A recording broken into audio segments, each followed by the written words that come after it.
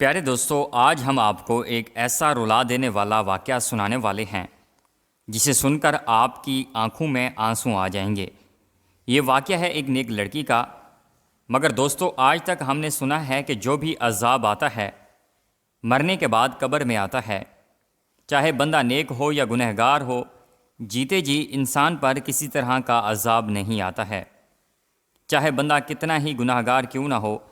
مگر دوستو، آج کا واقعہ بہت ہی عجیب و غریب ہے، کیونکہ ایک نیک لڑکی پر اللہ کا ایسا عذاب آیا جسے دیکھ کر پورا گاؤں چیخ اٹھا، اور پھر سب محلے والے اللہ کے حضور توبہ کرتے ہوئے سجدے میں گر گئے۔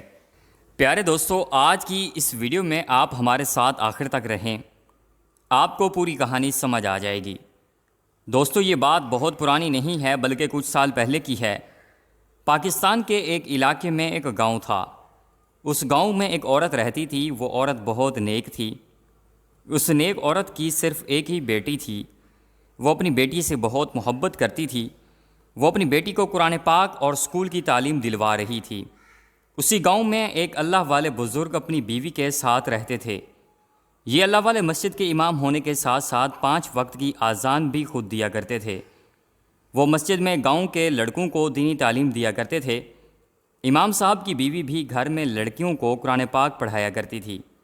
اس نیک عورت کا گھر بھی امام صاحب کے گھر کے قریب ہی تھا، اس لیے اس کی بیٹی بھی امام صاحب کی بیوی کے پاس قرآن پاک پڑھنے آیا کرتی تھی۔ اسی طرح سے وقت گزرتا گیا اور وہ لڑکی بالغ اور بڑی ہو چکی تھی۔ وہ لڑکی روز اسکول جایا کرتی تھی۔ اسکول میں اس لڑکی کی دوستی ایک ایسی لڑکی کے ساتھ ہوئی جو بہت ہی امیر تھی۔ اس کے پاس ایک موبائل تھا۔ وہ اپنے موبائل میں طرح طرح کی تصویریں بناتی تھی، ریل بناتی۔ ان لڑکیوں کی دوستی بہت بڑھ چکی تھی۔ دونوں سہیلیاں ایک دوسرے کے گھر آیا جایا کرتی تھی۔ مگر اس نیک عورت نے دیکھا کہ اس کی بیٹی دن بدن بگڑتی نظر آ رہی ہے۔ پہلے وہ دھیان لگا کر صبح شام قرآن پاک کی تلاوت کیا کرتی تھی، لیکن آج کل گھر میں بھی دیر سے آتی تھی، قرآن پاک کو بھی دھیان سے نہیں پڑھتی تھی۔ یہی سب دیکھ کر اس کی اماں بہت پریشان رہنے لگی۔ مگر پھر بھی اس لڑکی کی ماں اس کو گھر میں قرآن پاک پڑھنے کی تربیت کرتی تھی۔ یہ لڑکی قرآن تو پڑھتی مگر اس کا دھیان اپنی سہیلی کے موبائل میں ہوتا۔ جب اس کی سہیلی اس کے گھر آتی تو وہ دونوں سارا دن موبائل میں بیہودہ بے پردہ ناچ گانے دیکھتی رہتی۔ وہ دونوں لڑکیاں اتنا مست مگن ہو کر موبائل چلاتی کہ ان دونوں لڑکیوں کو معلوم نہیں پڑتا کہ کب کب اذان ہو رہی ہے اور کب کیا ہو رہا ہے۔ جب سے اس کی سہیلی نے اس کو موبائل دکھایا تو اس نے قرآن کھولنا کم کر دیا تھا۔ وہ آہستہ آہستہ قرآن کو بھولتی جا رہی تھی۔ ایک دن اللہ والے کی بیوی نے بچیوں کو قرآن خوانی کے لیے بلایا۔ اس گاؤں کا نام نیلم تھا۔ اگر کوئی بچہ مکمل قرآن پڑھ لیتا تو سبھی بچوں کو قرآن خوانی کے لیے دعوت دی جاتی۔ اسی لیے گاؤں کی سبھی لڑکیوں کو قرآن خوانی کے لیے بلایا گیا۔ اس لڑکی کی ماں نے اپنی بیٹی سے بولا کہ بیٹا جاؤ، آپ بھی چلی جاؤ، مگر وہ لڑکی جانے کے لیے تیار نہیں تھی۔ تھوڑی دیر بعد وہ امیر لڑکی موبائل پکڑے ان کے گھر آئی اور اپنی سہیلی سے کہنے لگی چلو قرآن خوانی میں چلتے ہیں۔ تو وہ لڑکی اپنی سہیلی کا کہا مان کر اب وہ دونوں قرآن خوانی کی محفل میں بیٹھی تھیں۔ امیر لڑکی نے اپنے موبائل کو قرآن خوانی کی محفل میں چھپا کر رکھا تھا۔ قرآن خوانی سے قبل مسجد کے امام اللہ والے بزرگ محفل میں کھڑے اذان کے متعلق بیان کر رہے تھے۔ ان کے بیان کو سب بچے بڑے غور سے سن رہے تھے، مگر یہ دونوں آپس میں باتیں کر رہی تھیں۔ یہ دونوں لڑکیوں کو امام صاحب کے بیان اچھا نہیں لگ رہا تھا۔ پھر وہ دونوں چپکے سے باہر گارڈن میں جا کر موبائل میں اپنی فوٹو کھینچنے لگیں۔ یہ لڑکی اپنی امی کو بنا بتائے اس امیر سہیلی کے گھر چلی گئی۔ ان کے گھر میں ٹی وی تھا۔ اس امیر لڑکی کی فیملی میں ہر فرد کے پاس موبائل تھا۔ یہ اپنی سہیلی کے گھر میں آ کر بہت خوش تھی، کیونکہ یہ سارا دن ان کے گھر میں ٹی وی دیکھتی، موبائل پر ویڈیوز دیکھتی اور اپنی سہیلی کے ساتھ مل کر اپنی بھی ویڈیوز بنایا کرتی تھی۔ جب وہ گھر آئی تو اس کی امی نے پوچھا تم اتنی دیر کہاں گئی تھی؟ وہ لڑکی اپنی امی سے کہنے لگی کہ امی میں اپنے دوست کے ساتھ اس کے گھر گئی تھی۔ پھر وہ اپنی ماں سے کہنے لگی کہ ماں میری سہیلی کے گھر میں ہر عورت کے پاس موبائل ہے، میں اپنی سہیلی کے ساتھ مل کر آج کافی زیادہ ویڈیوز بنا کر آئی ہوں۔ اور اپنی ماں سے کہنے لگی ماں کاش میرے پاس بھی موبائل ہوتا۔ اس کی ماں اپنی بیٹی کی حرکتوں کی وجہ سے کافی حیران اور پریشان ہوئی اور کہنے لگی کہ بیٹی کیا تم قرآن خوانی پر نہیں گئی تھی؟ وہ لڑکی اپنی ماں سے کہنے لگی ماں قرآن خوانی کے لیے تو میں گئی تھی، مگر بیان نہیں سن پائی۔ اس وقت مجھے کافی نیند آ رہی تھی، اس لیے میری سہیلی مجھے گھر لے گئی۔ اس کی ماں یہ سن کر خاموش رہ گئی اور اپنے کام پر لگ گئی۔ پھر شام کا وقت ہو گیا، مغرب کی اذان ہوئی تو اس کی ماں نے کہا چلو بیٹی اٹھو، وضو کرو، نماز پڑھ لو۔ اس کی بیٹی اپنی ماں کو غصے سے کہنے لگی کہ میں تھک گئی ہوں، کل پڑھ لوں گی۔ دوسرے دن اس کی سہیلی ان کے گھر میں آئی، وہ سارے کام چھوڑ کر بھاگتی ہوئی اس کے پاس آ کر بیٹھ گئی اور موبائل پر مصروف ہو گئی۔ اس کی ماں اسے دیکھ کر بہت زیادہ پریشان ہوئی کیونکہ اس کی بیٹی کافی بدل چکی تھی۔ ایک دن اس کی ماں اپنی بیٹی کو لے کر اسی اللہ والے کی بیوی کے پاس لے گئی۔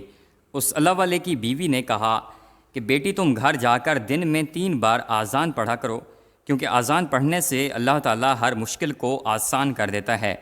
اللہ والے کی بیوی نے کہا کہ اب گھر جاؤ، 3 دن بعد میرے پاس دوبارہ آنا۔ پھر ماں اور بیٹی اپنے گھر آ گئی۔ اب اس کی بیٹی گھر میں آتے ہی اپنی ماں سے جھگڑا کرنے لگی کہ آپ مجھے سب کے سامنے کیوں ذلیل کروانا چاہتی ہیں؟ آپ تو بس یہی چاہتی ہیں کہ میں ہر وقت اللہ اللہ کرتی رہوں، آپ کے اشاروں پر ناچتی رہوں، کبھی مجھے بھی خوش ہونے دیا کریں۔ ایک میری سہیلی کی ماں ہیں، انہوں نے کبھی اپنی بیٹی کو کچھ نہیں کہا، چاہے وہ کچھ بھی کرے، اور ایک آپ ہیں جو ہر وقت روک ٹوک کرتی رہتی ہیں۔ اللہ والے کی بیوی نے ہر بچی کو 3 دن تک سورہ یاسین پڑھنے کے لیے دیے تاکہ ہر بچی اپنے گھر میں روزانہ قرآن پاک کی تلاوت کرتی رہے۔ اب گاؤں کی ساری بچیاں اپنے گھروں میں روزانہ قرآن پاک کی تلاوت کرتی ہیں۔ یہ لڑکی اور اس کی سہیلی بھی اپنے اپنے گھر میں قرآن پاک کی تلاوت تو کرتی مگر دل سے نہ کرتی۔ اس کی تلاوت کرنے سے اس کی ماں بہت خوش تھی کیونکہ اس کی ماں چاہتی تھی کہ میری بیٹی قرآن پڑھے، نماز پڑھے، دنیاوی کاموں میں دلچسپی نہ رکھے۔ ایک دن ایسے ہی وہ قرآن پاک کی تلاوت کر رہی تھی اور اس کی ماں مٹی کا ایک چولہا بنا رہی تھی۔ ابھی اس نے ایک پارہ بھی مکمل نہیں کیا تھا، اتنے میں اس کی سہیلی دوڑتی ہوئی موبائل لے کر آئی اور کہنے لگی کہ پہلے اسے میری بات سن اور اس سے قرآن پاک کو بند کر کے پہلے مجھے تھوڑا سا پانی پلا دو، دھوپ میں دوڑتی ہوئی آئی ہوں۔ اب اس کی ماں اپنی بیٹی کو دیکھنے لگی کہ آخر کون آ گیا ہے جس نے اس کا قرآن پاک بند کر دیا۔ اس نے اپنی سہیلی کو پانی پلایا اور پوچھنے لگی کہ اب بتاؤ کیا بات ہے۔ اس کی سہیلی کہنے لگی آج میں کچھ نیا دکھانے کے لیے آئی ہوں۔ میں اپنے گھر پر بیٹھی موبائل پر ٹک ٹاک دیکھ رہی تھی۔ 2 لڑکیاں آج کل ٹک ٹاک بنا کر بڑی مشہور ہو رہی ہیں، آج وہ لائیو آ کر ویڈیوز بنا رہی ہیں، چلو ہمارے گھر میں ہم دونوں مل کر ان لڑکیوں کو دیکھ کر ویڈیوز بناتے ہیں۔ وہ لڑکی کہنے لگی کہ ابھی میں قرآن پاک کی تلاوت کر رہی ہوں، میرا آدھا پارہ ابھی باقی ہے۔ اس کی سہیلی اس سے کہنے لگی تم نہیں سدھرے گی، تم تو بالکل پاگل ہو، تمہیں تو پتہ ہی نہیں ہے دنیا کہاں پہنچ چکی ہے۔ اس کی سہیلی کہنے لگی کہ ایک بار ٹھنڈے دماغ سے سوچو، اگر ان کی ویڈیو نکل گئی تو وہ دوبارہ ہم لائیو کیسے دیکھیں گے؟ اگر لائیو شو نکل گیا تو تم دوبارہ کہاں سے دیکھو گی؟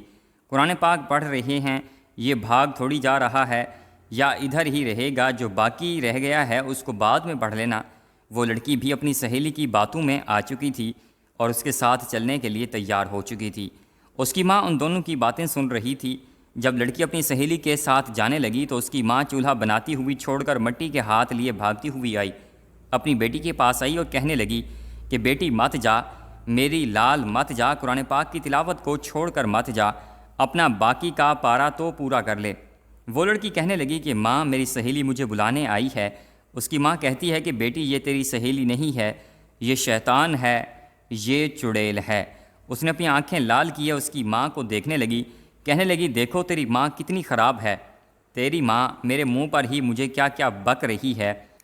اگر میری ماں مجھے ایسا کچھ کہتی تو میں اس کا جوتے سے منہ بگاڑ دیتی، اور تو ہے کہ اپنی ماں کی باتیں سن رہی ہے۔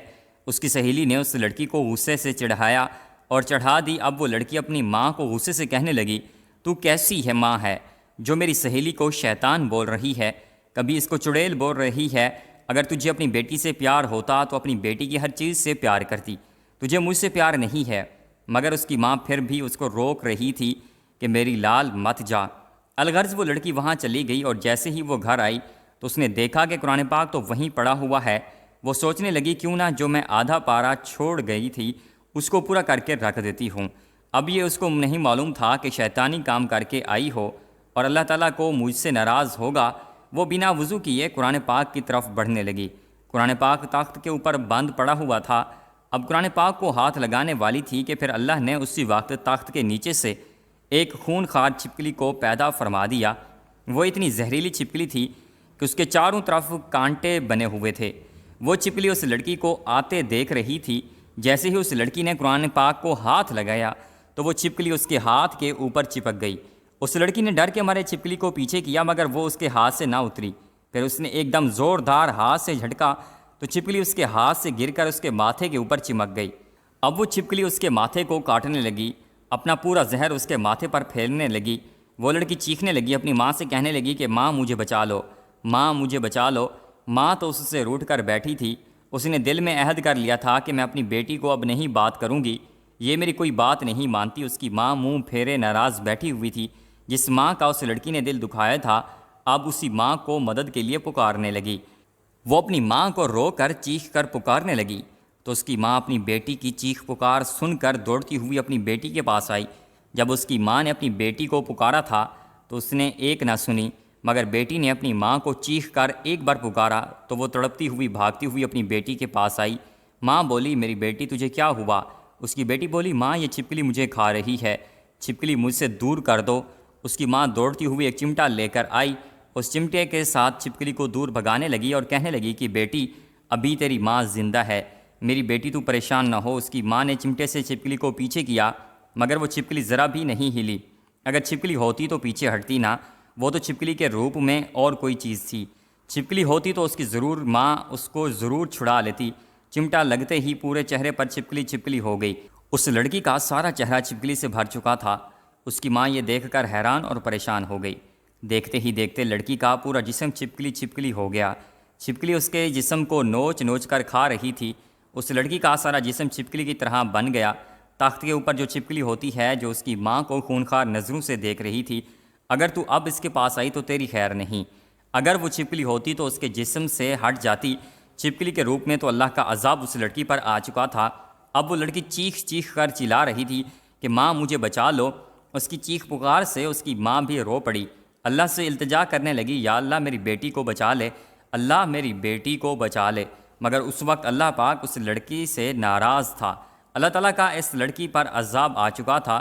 وہ لڑکی پورے گھر میں تڑپ تڑپ رہی تھی، پکار کر کہہ رہی تھی، اور وہ چھپکلی اس لڑکی کو مسلسل کاٹے جا رہی تھی۔ اس کے کاٹنے سے اس لڑکی کا جسم سوج گیا اور لڑکی کا جسم میں چھپکلی کی زہر چڑھ چکی تھی۔ اس لڑکی کا جسم پھولنے لگا اور سارا جسم نیلا پڑ چکا تھا۔ اس لڑکی کا اس قدر جسم پھول چکا تھا کہ جیسے ابھی پھٹنے والا ہو۔ وہ لڑکی اتنا چیخ رہی تھی کہ اس کے چیخنے سے سارا محلہ جمع ہو گیا۔ وہ لڑکی سارے محلے سے اپنے لیے بھیک مانگنے لگی، مگر اس لڑکی کا جسم دیکھ کر سارا محلہ اس لڑکی سے پیچھے ہٹ گیا۔ توبہ توبہ کرنے لگا۔ آہستہ آہستہ سارا گاؤں اکٹھا ہو گیا۔ وہ گاؤں کے ہر عورت کے پاس جا کر بولتی کہ چچا مجھے بچا لو، خالہ مجھے بچا لو، ماما مجھے بچا لو، مگر کوئی بھی اس لڑکی کے قریب نہیں گیا۔ پھر وہ لڑکی بھاگتی ہوئی اپنی ماں کے پاس گئی اور جا کر کہنے لگی کہ ماں دیکھو، تیری بیٹی کو کوئی بھی نہیں بچا رہا۔ گاؤں کے سارے لوگ اس لڑکی کے جسم پر چھپکلی کو دیکھ کر توبہ توبہ کر رہے تھے۔ کہنے لگے، یا اللہ یہ کیا ہو گیا؟ اس لڑکی سے کون سا گناہ ہو گیا کہ وہ لڑکی چھپکلیوں سے بھری پڑی ہے؟ اب جیسی ہی اس لڑکی کا آخری وقت آیا، اس کا جسم بالکل پھٹنے کے قریب تھا۔ جو سب سے بڑی چھپکلی تھی، جب اس نے اس لڑکی کو کاٹا تو وہ لڑکی مر گئی۔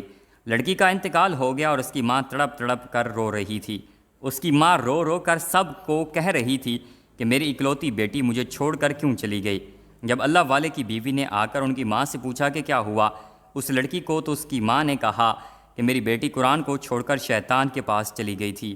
میرے لاکھ منع کرنے کے باوجود اس نے میرا کہا نہیں مانا۔ اب وہ لڑکی تو مر چکی ہے، مگر اس کے جسم پر اتنی چھپکلیاں ہیں کہ اس کو کوئی سیدھا بہی نہیں کر سکتا، اور نہ ہی اس کے جنازے پر کوئی آ رہا تھا۔ میری پیاری بہنوں، ان ٹک ٹاک والی طوائفوں سے متاثر ہونا چھوڑ دیں۔ یہ شیطان کی کھلی دعوت ہے آپ کو غلط راہ پر لانے کے لیے۔